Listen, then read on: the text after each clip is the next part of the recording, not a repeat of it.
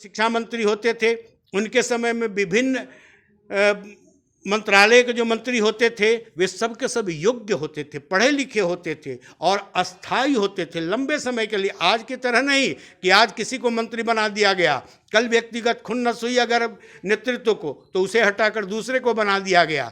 पहले general knowledge में पाठ्यक्रम में यह पढ़ाया जाता था कि बिहार के मंत्री और बिहार के विभाग किसके किसके पास है, परीक्षा में प्रश्न पूछा जाता था। लेकिन अब सवाल ही नहीं है कि हम किसी भी प्रांत या देश के मंत्रिमंडल का स्मरण करें, क्योंकि वह अब अस्थायी नहीं अस्थायी हो गया है। पहले के अस्थायित्व के पीछे नेतृत्व का यह भरोसा होता था कि हमने जिन्हें यह दायित्व दिया है वह लंबे समय तक ही नहीं, पूरी निष्ठा के साथ लगातार कार्यकाल तक इसका निर्वहन करेंगे।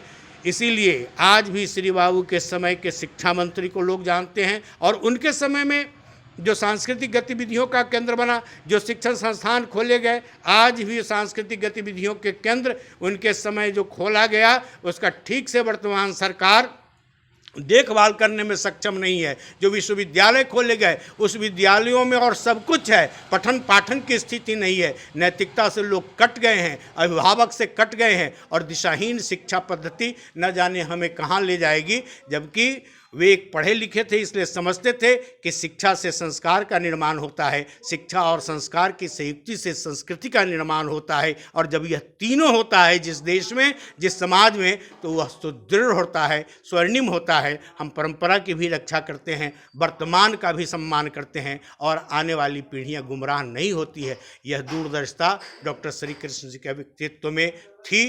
ऐसे एक विराट व्यक्तित्व के, महान नेतृत्व के नेता के लिए, मनुष्य के लिए, मनीषी के लिए, विचारक के लिए दुर्भाग्य है कि आज तक भारत सरकार ने उन्हें भारत रत्न से सम्मानित क्यों नहीं किया। यह गौरव बिहार के लिए होगा, श्री बाबू के लिए क्या हो सकता है। और बिहार के इस नेतृत्व को अगर भारत रत्न से सम्मानित करती है केंद्र सरकार, तो एक एक व्यक्ति की सकारात्मकता का यह सम्मान होगा। आज श्री बाबू का स्मरण करते हुए उनके शैक्षणिक दृष्टिकोण, उनके सांस्कृतिक व्यक्तित्व का हम स्मरण कर रहे हैं और प्रणाम कर रहे हैं। कृष्ण सिंह की जयंती के परिप्रेक्ष्य में 3 दिवसीय विभिन्न विषय केंद्रित जो विमर्श तय किया गया था और यह बिहार गुरु और मिशन भारती के सौजन्य से हो रहा है, उसी के आज दूसरे दिन कल का कार्यक्रम श्री बाबू और बिहार पर एक विमर्श हुआ था। और आज का विषय है श्री बाबू और बिहार, सांस्कृतिक बिहार तथा बिहार की शिक्षा। हम जब श्री बाबू का स्मरण करते हैं तो वे केवल एक मुख्यमंत्री के रूप में नहीं, एक शिक्षाविद के रूप में भी, एक विभिन्न विषयों और ज्ञान धाराओं के गंभीर अध्येता के रूप में। और इसका प्रमाण आज भी मुंगेर में स्थित वह पुस्तकालय है जिसमें उन्होंने 18,118 पुस्तकों का दान दिया था और ये तमाम पुस्तकें उनके द्वारा पढ़ी हुई हैं। इसका प्रत्यक्ष प्रमाण यह है कि पुस्तक के हर पृष्ठ पर उनके द्वारा की गई टिप्पणी है और चिन्हित की गई पंक्तियां हैं। श्री बाबू पढ़ते थे विषयों को, अर्थशास्त्र को, इतिहास को, विज्ञान को, ज्योतिष को भी, वो बल्कि जंतु विज्ञान, बायोलॉजी की भी किताबें पढ़ते थे, क्योंकि उनका मानना था कि हम अगर बिहार के समग्रता की बात करते हैं, समग्र बिहार के विकास की बात करते हैं, तो हमें जितनी भी विषय हैं उन विषयों का भी ज्ञान होना हमारे लिए अनिवार्य है।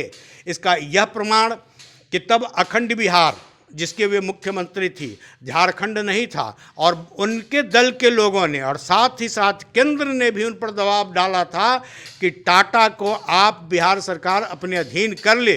उन्होंने इसे नकारते हुए साफ साफ कहा था कि सरकार के अधीन जो भी उपक्रम होता है सरकार उतना उसको संरक्षित नहीं कर पाती है और जनता से कहीं न कहीं उसकी दूरी बन जाती है। इसलिए टाटा जो व्यवस्था कर रही है, इसलिए टाटा को एक स्वतंत्र इकाई के रूप में रखा जाए। और आज प्रमाण है कि टाटा का उत्पादन राष्ट्रीयता के लिए है, उसका अर्थोपार्जन अनेक संकट के समय में दान के लिए है।